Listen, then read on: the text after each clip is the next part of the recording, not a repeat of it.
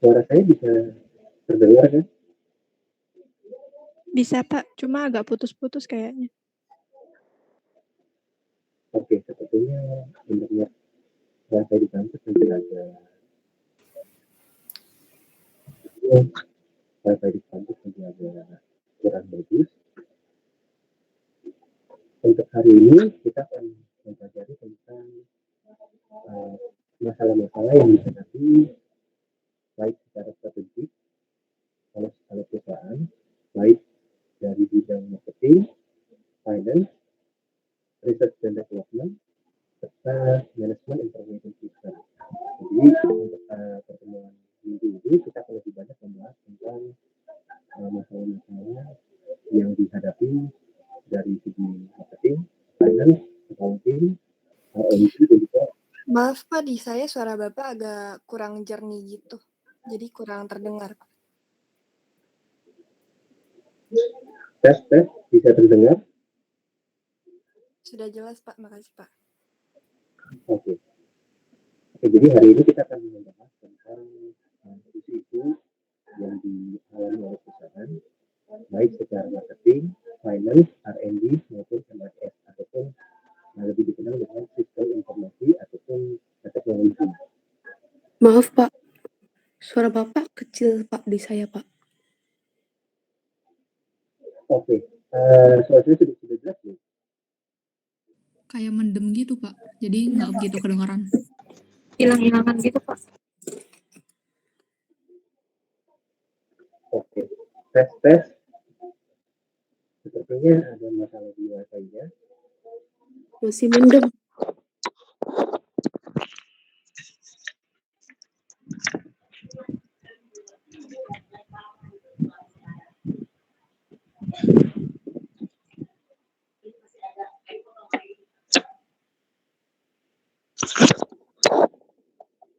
Tes. Suara saya bisa kedengaran? Halo. Agak mendingan sih Pak. Oke. Sudah bisa kedengaran sekarang? Udah Pak. Oke. Saya akan memulai saja. Untuk materi hari ini kita akan membahas isu-isu yang dihadapi perusahaan, mulai dari marketing, finance, R&D, dan juga MIS ataupun teknologi informasi. Dan yang pertama itu adalah isu-isu yang dihadapi oleh perusahaan, isu-isu strategik di bidang marketing. Apa saja sih? Nah, biasanya memang untuk strategi pemasaran itu sendiri memang banyak ditemukan kendala-kendala maupun kesulitan-kesulitan yang menyebabkan strategi pemasaran itu gagal. Nah, ada beberapa masalah ataupun kendala-kendala ataupun keputusan-keputusan yang memang agak sulit untuk ditentukan mana yang terbaik untuk dilakukan. Nah, yang pertama itu adalah bagaimana caranya membuat iklan itu lebih interaktif dan juga lebih efektif. Nah, ini merupakan salah satu kendala juga yang sering dihadapi oleh perusahaan. Dan balik lagi, interaktif dan efektif itu sebenarnya tidak hanya dari seberapa bagusnya iklan tersebut, tapi juga seberapa relevannya dengan target market ataupun segmentasi yang dituju. Jadi balik lagi, perusahaan memang harus mengambil pertimbangan yang sangat matang untuk menentukan iklan seperti apa yang akan dibuat. Dan juga untuk beberapa perusahaan dan industri, penggunaan Facebook dan Twitter ataupun sosial media itu sangat menguntungkan, tapi ada juga industri-industri ataupun perusahaan-perusahaan yang kurang cocok dalam menggunakan Facebook ataupun Twitter maupun sosial media. Contohnya, kebanyakan salah satunya itu adalah B2B atau perusahaan yang melakukan bisnis kepada perusahaan lain, dan juga atau industri-industri yang memang tidak terlalu relevan untuk pengguna sosial media, seperti misalnya industri baja ataupun industri yang berhubungan dengan bahan-bahan alam, karena memang target marketnya itu adalah perusahaan-perusahaan lain juga yang melakukan bisnis, jadinya tidak kurang cocok untuk melakukan sosial media marketing. Dan juga ada juga kendala di mana para perusahaan itu harus mempertimbangkan menggunakan beberapa saluran distribusi baik secara konvensional ataupun digital. Nah, itu juga suatu kendala yang sering dihadapi oleh perusahaan ataupun pertimbangan menggunakan digital ataupun konvensional marketing juga menjadi salah satu hal yang paling sering ditemukan. Nah, contohnya sendiri memang ada beberapa perusahaan yang masih lebih mengutamakan menggunakan iklan TV, contohnya iklan minuman kopi saset. Seperti kalian lihat ketahui bahwa iklan kopi saset itu masih lebih banyak di TV dibandingkan di internet ataupun di sosial media. Dan memang selain dari itu ada juga strategi marketing apabila ingin menjadi price leader, itu jenis strategi yang digunakan berbeda dengan marketing untuk mengikuti harga dari pesaing. Nah, kalau untuk ini kasusnya memang lebih ke contohnya lebih banyak ditemukan pada agensi-agensi ataupun startup di bidang penjualan tiket-tiket wisata ataupun tiket pesawat. Dan memang ada juga ketika kita berbicara marketing, ujung-ujungnya itu adalah untuk mendapatkan penjualan. Dan memang strategi komisi ataupun salary untuk dari para tenaga sales itu pun berbeda-beda. Dan nanti di akhir sesi ataupun di akhir setelah kita selesai membahas slide materi hari ini, saya akan menunjukkan ada 2 video yang menunjukkan keberhasilan penggunaan strategi marketing oleh perusahaan, dan ada juga 2 video strategi marketing iklan yang gagal. Dan kalau misalnya untuk strategi marketing yang berhasil, selain dari video, saya bisa kasih contoh, misalnya itu di 2014 ada tren Ice Bucket Challenge yang dilakukan oleh Yayasan ALS, dan juga di 2016 itu ada tren Pokemon Go atau aplikasi bermain penangkap Pokemon menggunakan basis GPS. Nah, itu merupakan salah satu contoh keberhasilan dari penggunaan strategi marketing. Tapi ada juga beberapa perusahaan yang gagal dalam menerapkan strategi marketing, di mana nanti akan saya tunjukkan melalui video. Untuk sampai saat ini, apakah ada yang mau bertanya atau ada yang kurang jelas?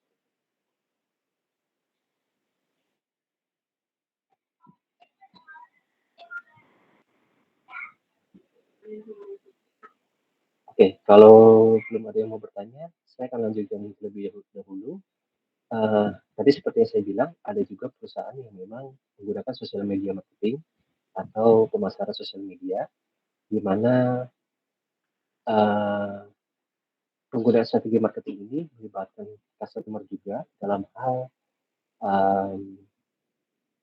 memberikan saran untuk pengembangan produk ataupun pelayanan yang diberikan kepada customer, dan juga ide-ide untuk mengembangkan produk perusahaan ataupun bisnis perusahaan. Nah, ada beberapa cara penggunaan sosial media seperti Facebook, Twitter, ataupun LinkedIn, dan juga Instagram yang paling sering digunakan. Dan sebenarnya marketing itu pada prinsipnya tidak hanya menjual atau memasarkan, tapi juga harus melibatkan konsumen dalam proses pemasarannya. Maksudnya apa? Jadi marketing itu tidak hanya one way communication, tapi juga two ways communication, di mana perusahaan mempromosikan produknya, tapi juga perusahaan itu mendapatkan feedback dari customer melalui feedback, saran-saran ataupun ide-ide. Dan juga untuk pemasaran itu juga harus memberikan alasan kenapa konsumen itu harus berpartisipasi pada proses marketingnya. Misalnya dengan melibatkan konsumen mungkin bisa memberikan keuntungan, diskon, ataupun membuat mereka menjadi bagian dari proses penciptaan suatu produk atau layanan yang dimiliki oleh perusahaan. Dan juga untuk berhubungan dengan konsumen itu kita tidak boleh mengontrol, dalam artian kita itu berkomunikasi seperti apa adanya dengan pihak konsumen, dan tidak mengatur arah pembicaraan konsumen. Dalam artian ketika konsumen ingin membicarakan suatu brand, jangan coba diarahkan untuk misalnya hanya membicarakan tentang hal-hal baik ataupun hanya membicarakan hal-hal negatif. Tapi biarkan semuanya itu mengalir. Jadi istilahnya memang keluar dari hati terdalam konsumen. Dan juga untuk saat ini perusahaan itu harus menggunakan orang-orang yang ahli dalam penggunaan teknologi marketing. Karena balik lagi saat ini tren digitalisasi sudah merubah cara pemasaran dari konvensional menjadi digital. Dan orang-orang tersebut biasanya memiliki 3 skill: marketing, penggunaan teknologi, dan juga interaksi sosial. Dan yang terakhir adalah perusahaan juga harus mulai menggunakan aplikasi-aplikasi messaging ataupun chatting untuk bisa berinteraksi langsung dengan konsumen, dan konsumen bisa memberikan respon secara langsung. Nah, ketika kita berbicara marketing, balik lagi memang perusahaan itu harus mempertimbangkan segmentasi pasar mana yang akan dituju. Yang biasanya itu ditujukan pada jenis-jenis konsumen tertentu, untuk contohnya misalnya secara psikografis ataupun gaya hidup ataupun memenuhi kebutuhan dan juga perilaku pembelian suatu konsumen, kelompok konsumen. Nah, jadi memang balik lagi ketika melakukan market segmentation itu ada beberapa strategi yang bisa dilakukan, mulai dari market development, product development, market penetration, ataupun diversifikasi. Nah, cara-cara ini digunakan untuk meningkatkan penjualan di market pasar baru ataupun produk baru yang diciptakan dan dijual oleh perusahaan. Nah, market segmentation itu tujuannya untuk membantu perusahaan untuk beroperasi ketika perusahaan itu memiliki sumber daya yang terbatas, karena jadi perusahaan itu dengan keterbatasan yang dimiliki, mereka masih bisa tetap berfokus pada melayani atau memenuhi kebutuhan dari kelompok-kelompok konsumen tertentu. Sampai di sini, apakah ada yang mau bertanya atau ada yang kurang jelas?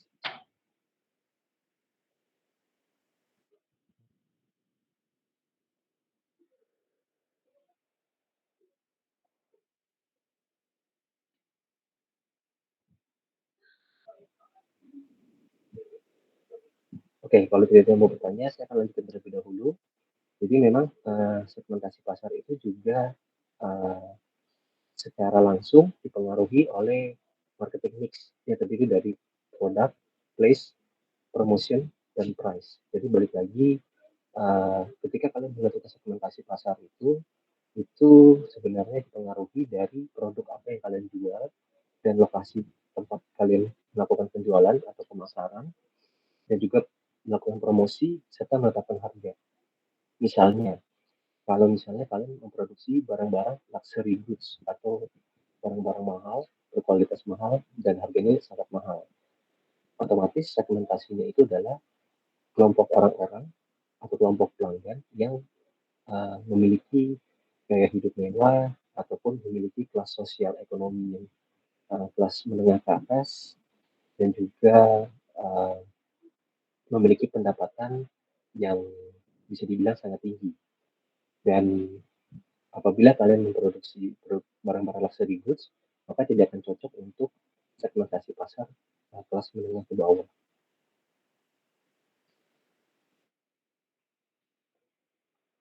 Dan apa saja sih marketing mix? Komponen-komponennya terdiri dari apa saja? Ada produk. Produk itu terdiri dari kualitas suatu produk, fitur-fiturnya, jenis-jenisnya, nama brand, packaging, dan juga warranty ataupun service level. Nah, kalau untuk tempat lebih ke saluran distribusi, cakupan distribusi, outlet, inventory, transportasi, dan sebagainya.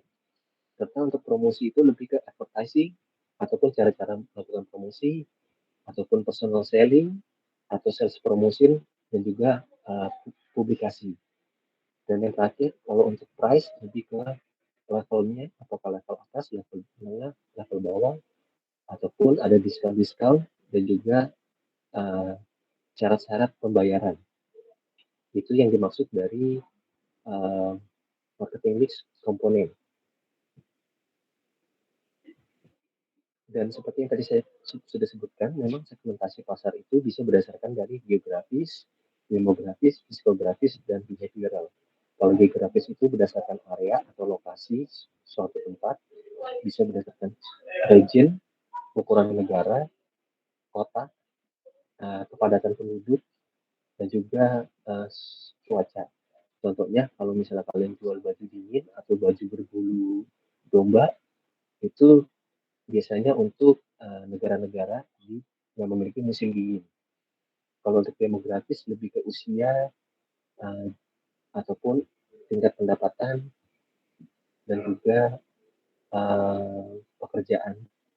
Contohnya misalnya kalau untuk produk-produk luxury, misalnya seperti tas-tas branded, Louis Vuitton dan sebagainya, memang lebih ke income yang tinggi, menengah ke atas, dan juga untuk pekerjaannya pun juga pekerjaan yang posisinya itu cukup tinggi, yang sehingga bisa mampu untuk melakukan pembelian produk-produk brand mahal.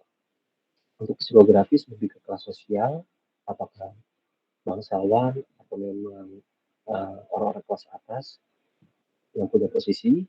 Nah, itu juga mempengaruhi bagaimana pemasar itu melakukan pemasaran produk, khususnya untuk barang-barang mewah. Untuk behavioral juga bisa berdasarkan status pengguna ataupun benefitsnya itu biasanya kalau untuk luxury goods lebih ke kepercayaan diri dan juga pengakuan secara sosial. Nah, itu merupakan segmentasi secara behavioral. Dan ketika kita berbicara tentang marketing, otomatis pemasar itu juga harus memikirkan bagaimana cara memposisikan produknya. Misalnya, hal pertama yang harus dipertimbangkan adalah memilih kriteria-kriteria kunci yang membedakan produk ataupun layanan-layanan yang diciptakan oleh perusahaan, ataupun membuat satu tagline yang menentukan perbedaan antara produk yang kita jual dengan produk pesaing. Contohnya, misalnya kalian produsen atau penjual sepatu olahraga, Nike misalnya. Nah, itu tagline-nya misalnya memposisikan produknya sebagai produk sepatu olahraga berkualitas dan tahan lama. Tapi kalau pada kenyataannya produknya itu saat digunakan mudah rusak ataupun mudah cacat, maka tidak sesuai dengan positioning yang sedang dilakukan. Jadi memang balik lagi, pemasar itu harus memastikan secara hati-hati apakah produknya benar-benar berkualitas dan memasarkannya sesuai dengan kualitas dari produk tersebut. Dan balik lagi, positioning ini untuk menyatakan seberapa hebat atau seberapa bagus posisi produk yang dipasarkan. Dan biasanya memang kalau untuk produk positioning ini juga mengikuti dari market needs ataupun ceruk pasar yang dilayani. Apabila berbicara tentang sepatu olahraga, maka ada sepatu olahraga khusus untuk lari, atau sepatu olahraga khusus untuk orang yang kakinya bentuknya flat dan sebagainya. Nah, itu yang dimaksud dari niche market.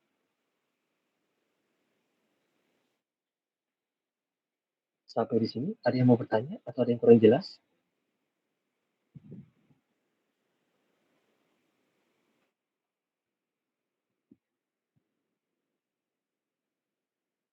Suara saya bisa terdengar kan ya? Terdengar, Pak. Oke. Kalau begitu, kalau belum ada yang mau bertanya, saya akan lanjutkan lagi. Sama, ini produk positioning berdasarkan market needs dan bagaimana harus memposisikan produk yang dipasarkan. Sekarang kita lanjut ke secara finance ataupun accounting. Isu-isu apa saja yang sering ditemukan. Nah, memang ada beberapa keputusan yang memerlukan kebijakan-kebijakan secara finance ataupun accounting.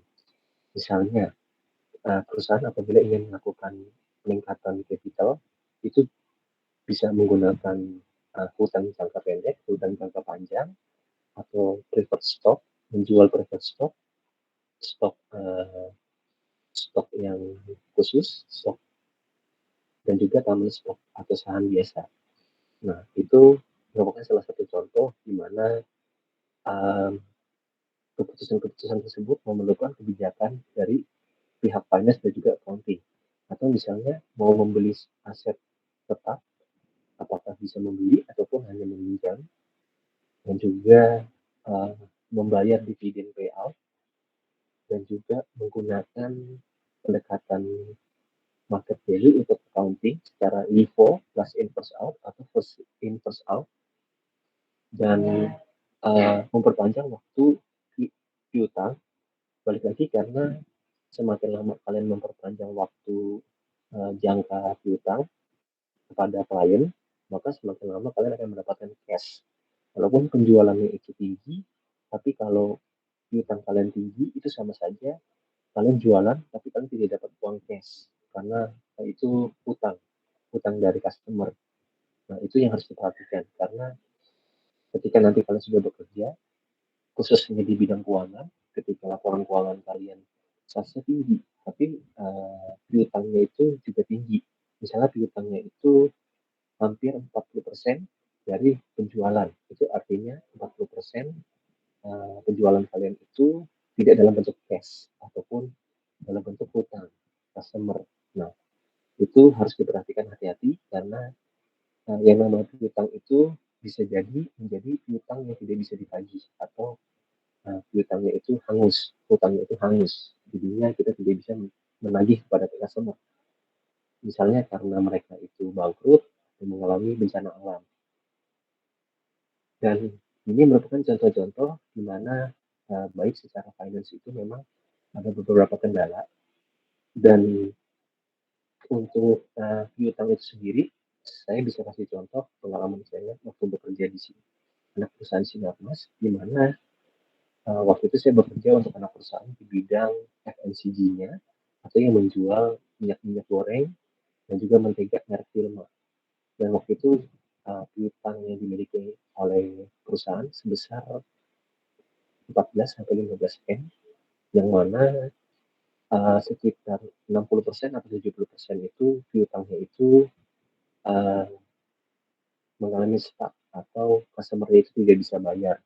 Nah, itu menjadi salah satu hal yang sangat berbahaya karena banyak piutang-piutang kalian, piutang-piutang perusahaan itu yang tidak bisa dijadikan cash dan hanya terindikasi berujung pada piutang yang tidak bisa ditagih. Jadi itu balik lagi memang satu hal yang harus diperhatikan ketika kalian menjual sesuatu dan customer mengajukan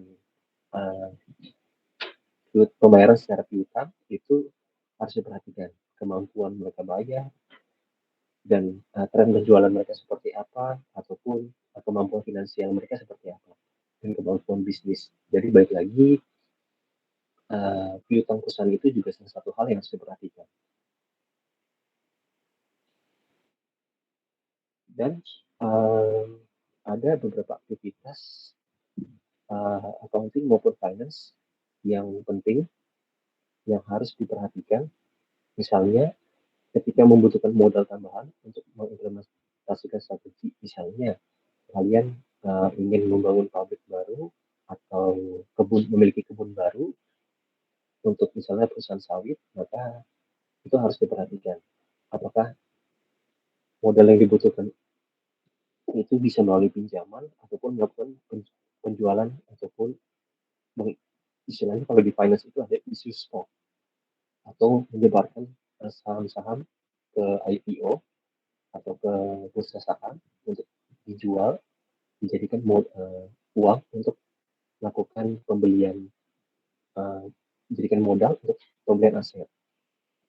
Dan biasanya kalian juga harus melakukan financial projection, di mana financial projection ini lebih ke bagaimana caranya melakukan perhitungan estimasi untuk melakukan proyek A dibutuhkan biaya berapa dan balik modal berapa lama atau return on investment-nya berapa lama, dan proyek B ROI-nya berapa dan juga biaya yang dikeluarkan berapa banyak, serta modal yang dibutuhkan berapa banyak, serta hutang-hutang yang diperlukan berapa banyak. Nah, itu merupakan bagian dari financial projection. Dan juga untuk go public dengan initial public offering itu yang seperti yang saya sebut tadi, dengan menjual saham perusahaan ke pasar modal untuk orang-orang untuk menjadikan sumber dana untuk melakukan ekspansi ataupun investasi bisnis. Nah, itu balik lagi merupakan satu contoh kasus dari isu-isu yang sering dihadapi oleh divisi finance maupun accounting. Dan biasanya memang kalau untuk mengimplementasikan strategi untuk keberhasilannya itu sering membutuhkan tambahan modal yang mana tidak hanya berasal dari net profit ataupun penjualan aset, tapi mereka juga bisa melalui hutang, mendapatkan modal dengan meminjam uang baik ke bank dan sebagainya, ataupun melakukan penjualan ekuitas seperti menjual saham. Nah, untuk mengetahui apa saja rasio-rasio yang bisa dilakukan perhitungannya untuk mengetahui apakah penambahan modal itu bisa melalui hutang atau penjualan saham.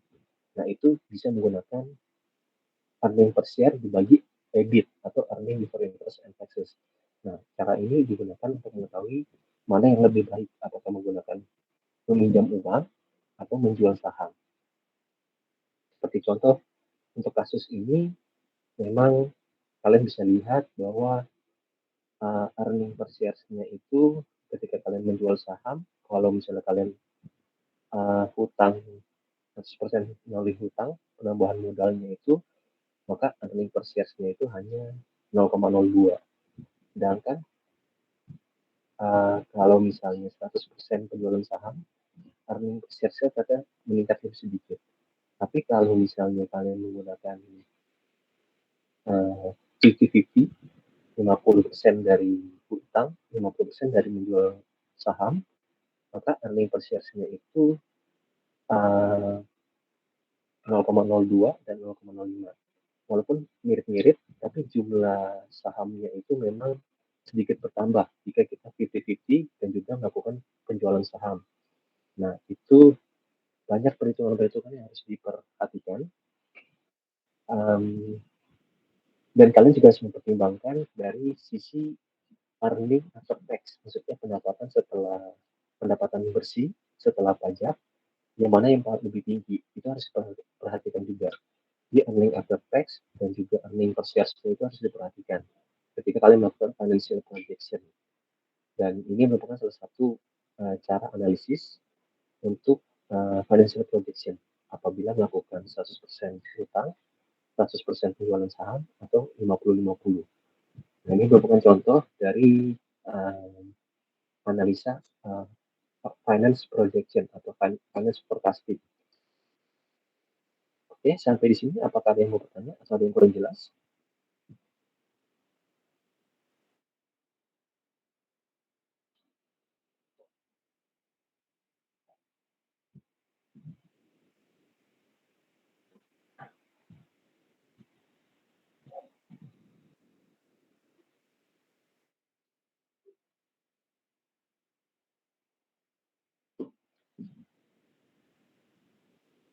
Suara saya terdengar kan dari tadi? Terdengar, Pak. Oke. Kalau tidak ada yang mau bertanya, saya akan lanjutkan terlebih dahulu. Ini financial projection, apa yang sudah tadi saya sebutkan, memang baik lagi manfaat dari financial projection adalah untuk mengetahui cara mana yang terbaik untuk mendapatkan modal, apakah melalui pinjaman, ataupun melalui penjualan saham, ataupun setengah-setengah penjualan saham dan meminjam uang. Nah, balik lagi itu merupakan bagian dari financial projection, yang mana kebanyakan hal ini akan ditemukan ketika kalian bekerja di bagian keuangan ataupun accounting.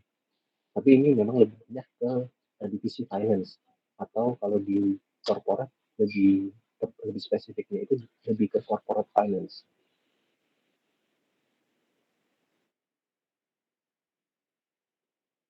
Oke, jadi kita sudah berbicara membahas tentang marketing dan juga finance, dan tidak terlepas juga R&D atau penelitian dan pengembangan itu merupakan salah satu bagian yang penting dalam perusahaan.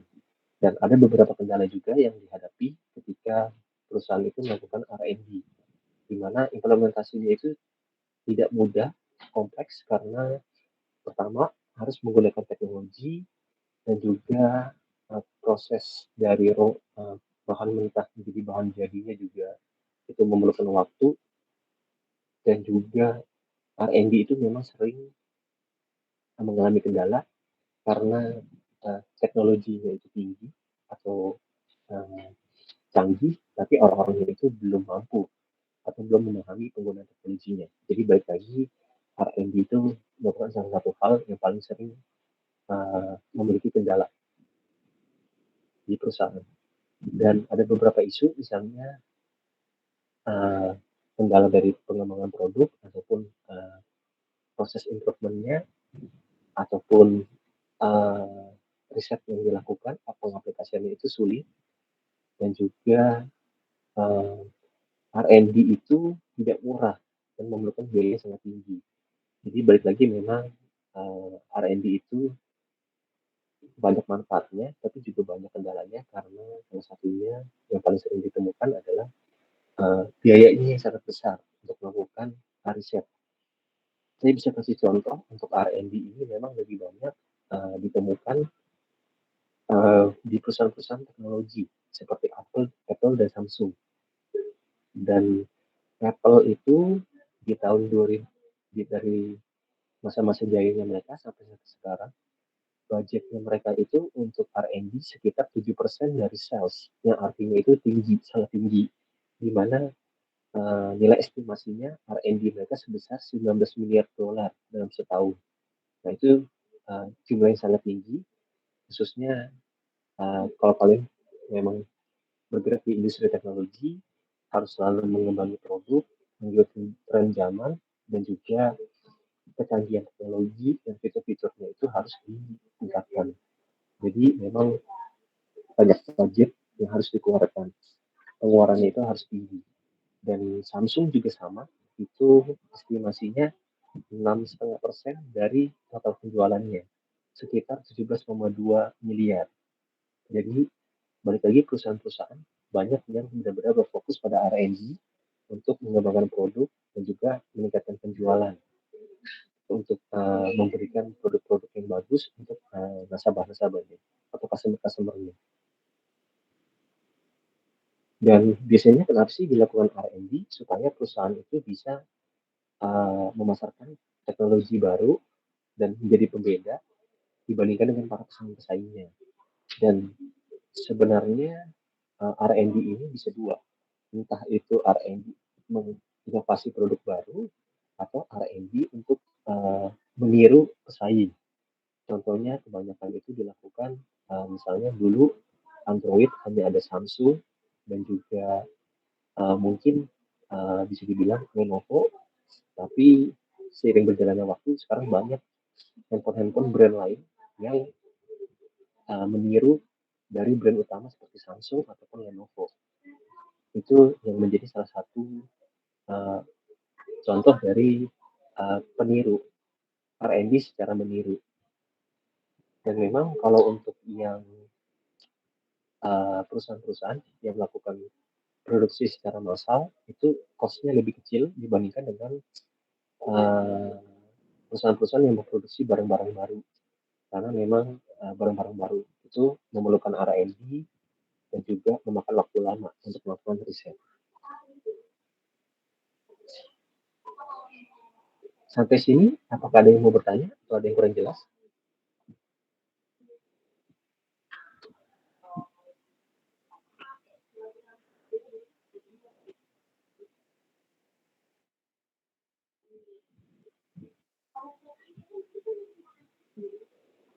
Oke, kalau tidak ada, saya akan lanjutkan terlebih dahulu. Yang terakhir itu adalah isu-isu secara MIS atau sistem informasi, manajemen informasi, sistem informasi.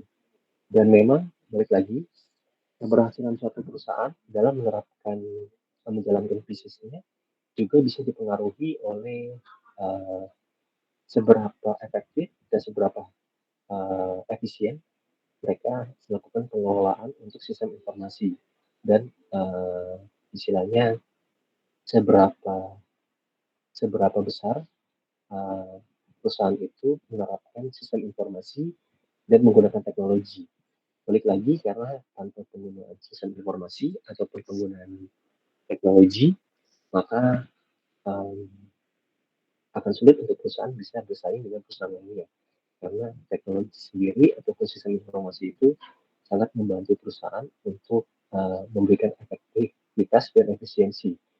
Nah, salah satu dan penggunaan MIS ini juga membantu mengurangi biaya, di mana proses-proses yang sebelumnya itu memakan waktu lama bisa menjadi mempersingkat waktunya, dan hasil yang diberikan bisa 3-4 kali lipat dibandingkan pekerjaan secara manual.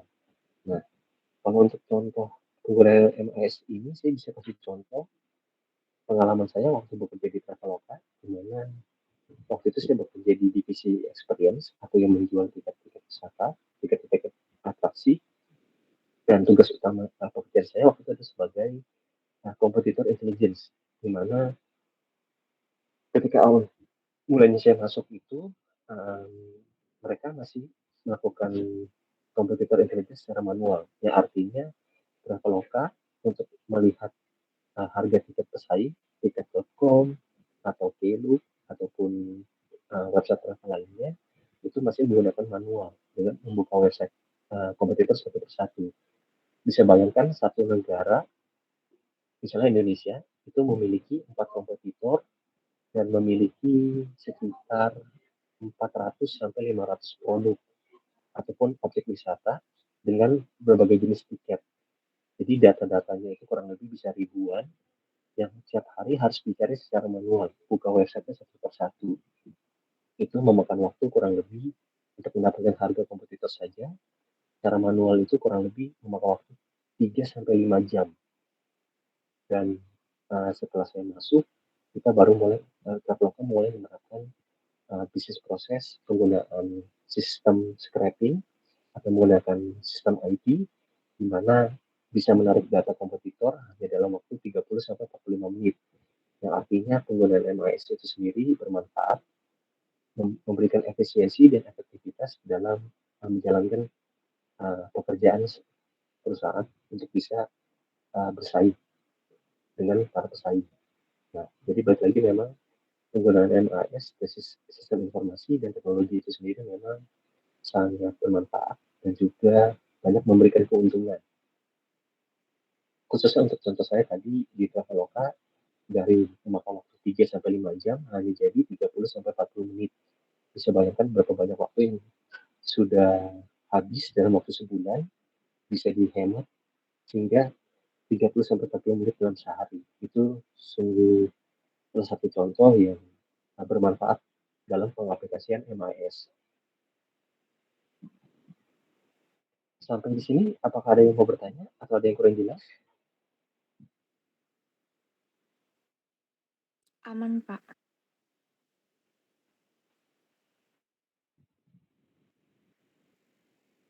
Oke. Jadi untuk materi hari ini kita sudah membahas tentang bagaimana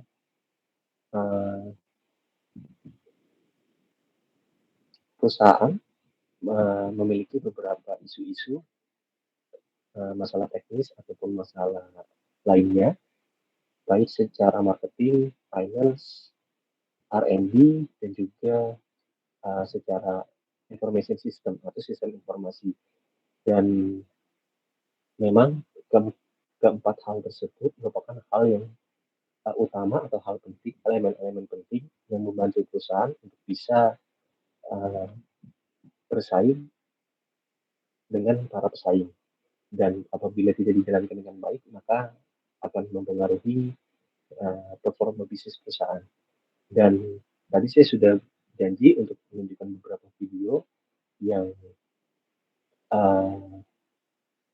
menunjukkan keberhasilan perusahaan dalam menerapkan strategi pemasaran, dan juga ada juga beberapa kegagalan yang dialami oleh perusahaan dalam menjalankan strategi pemasaran. Saya akan langsung saja mulai share videonya.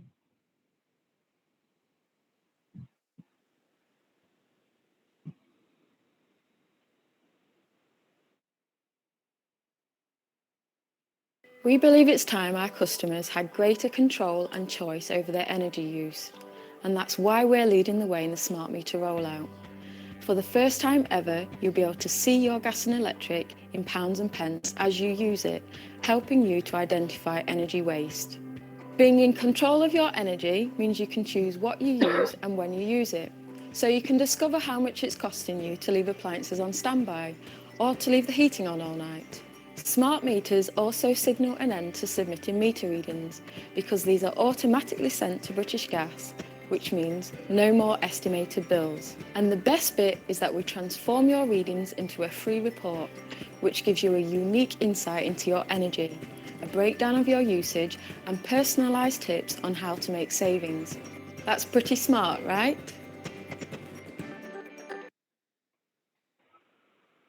Oke, jadi video yang pertama ini merupakan salah satu contoh di mana di tahun 2016 itu di Inggris itu sedang gencar-gencarnya untuk perubahan dari, karena kalau di sana itu penggunaan pemanas udara atau suhu ruangan menggunakan gas, dan juga listriknya juga menggunakan gas. Jadinya dulu itu billing ataupun istilahnya tagihan-tagihan dan penggunaannya itu masih laporannya itu secara manual, atau setiap bulannya itu dikirimkan surat tagihan. Tapi perusahaan pemerintah British Gas itu mereka menggunakan smart system atau berbasis IT dan information system, di mana produknya mereka itu sekarang bisa, setiap rumah itu sudah bisa melihat bagaimana penggunaan gas mereka untuk pemanas ataupun listrik dan sebagainya, itu bisa dilihat secara sistem. Jadi sudah ada reportnya langsung untuk bulan ini pemakaian, misalnya untuk pemanas ruangan kira-kira misalnya $1.000. Nah, untuk yang listrik beda lagi harganya. Nah, itu iklan ini ataupun produk ini ketika dipasarkan itu hampir sekitar 80% sampai 90% dalam 3 sampai 4 bulan, itu 80 sampai 90% penduduk di Inggris, rumah tangga di Inggris itu sudah mengganti dari sistem konvensional menjadi smart meters ini. Nah, itu merupakan salah satu contoh di mana hanya iklan seperti ini saja sudah bisa membuat orang itu tertarik untuk merubah gaya hidup mereka dari penggunaan gas dan listrik secara manual menjadi smart. Nah, ini merupakan salah satu contoh. Ada satu lagi iklan yang ingin saya tampilkan. Juga ini berhubungan dengan teknologi, dan ini teknologi parkir. Ini di tahun 2016 juga pertama kali diperkenalkan, dan videonya itu sudah di-share dan di-like, serta banyak orang-orang yang sudah melakukan pembelian untuk produk ini.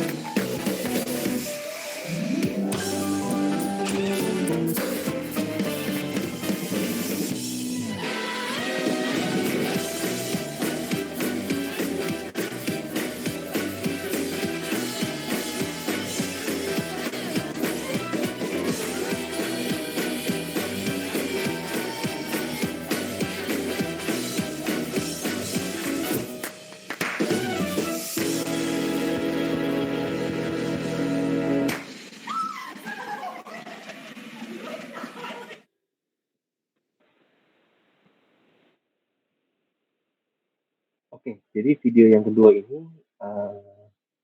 ini dari brand Nissan, di mana mereka tahun 2016 itu mempromosikan teknologi smart untuk parkir secara otomatis, baik itu kursi di kantor ataupun kursi di rumah, serta untuk parkiran mobil juga. Jadinya memang ketika di 2016 ini dipasarkan, videonya itu sudah ditonton dalam waktu 3 bulan itu sudah hampir sejutaan, dan juga sudah banyak perusahaan-perusahaan maupun rumah tangga yang melakukan pembelian untuk produk kursinya mereka, kursi otomatisnya. Dan juga mobil-mobil otomatisnya pun sudah banyak dibeli juga. Jadi minati di pasar Jepang maupun di pasar Eropa. Ini merupakan salah satu contoh dari keberhasilan marketing untuk memasarkan produk yang dijual. Tapi ada juga beberapa kasus di mana mereka itu gagal dalam melakukan pemasaran untuk produknya. Ada beberapa, ada 2 video yang ingin saya tunjukkan. Yang pertama ini adalah brand H&M atau brand pakaian, di mana mereka itu salah dalam melakukan teknik pemasaran karena dianggap mereka itu iklannya itu agak rasis. Saya akan share saja videonya. H&M is apologizing after one of their ads created a lot of backlash on social media. An image of a black child modeling a sweatshirt with a "coolest monkey in the jungle" slogan is being called racist. The image appeared on the British version of the Swedish retailer's online store. The Stockholm-based clothing giant issued an apology Monday morning saying, "This image has now been removed from all H&M channels, and we apologize to anyone this may have offended." H&M. Oke, ada satu lagi juga video kegagalan, sama juga ini berhubungan dengan pemasaran yang dianggap rasis. Not often that you would consider an ad for detergent offensive, but then again, it is not often that you will see something like this.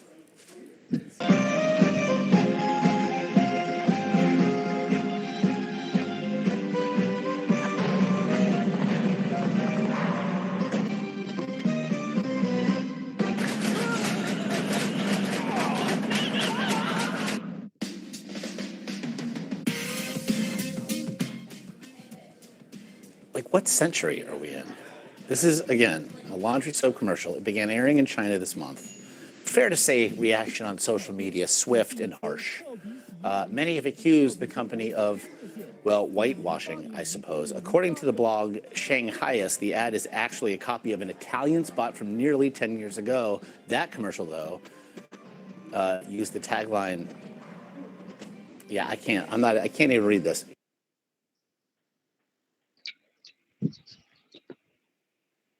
Oke, ini jadi hanya sebagai wawasan untuk kalian.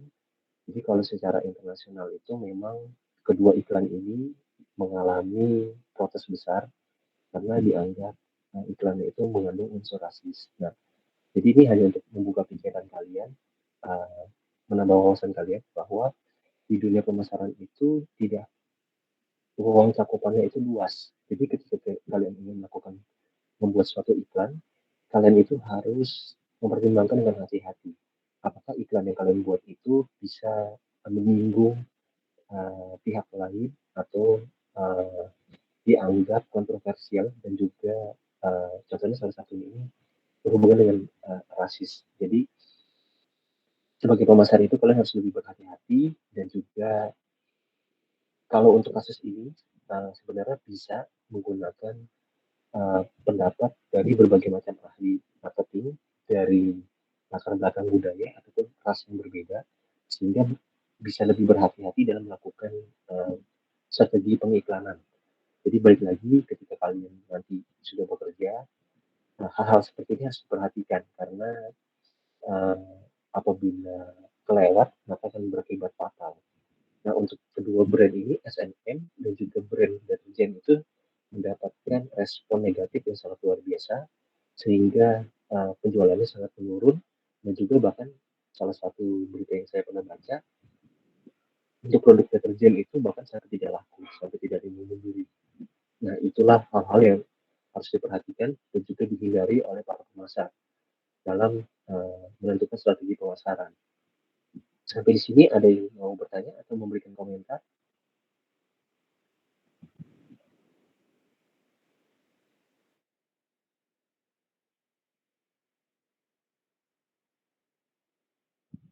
Atau mungkin dari Bapak Brandy ada tambahan? Belum ada saat ini Pak Firly, dan silakan dilanjutkan. Oke, terima kasih Pak Brandy. Oke, kalau misalnya tidak ada pertanyaan ataupun tanggapan dari kalian, mungkin saya akan akhiri kelas untuk hari ini. Terima kasih semuanya sudah hadir di Bitcoin hari ini. Selamat siang dan sampai jumpa di minggu depan.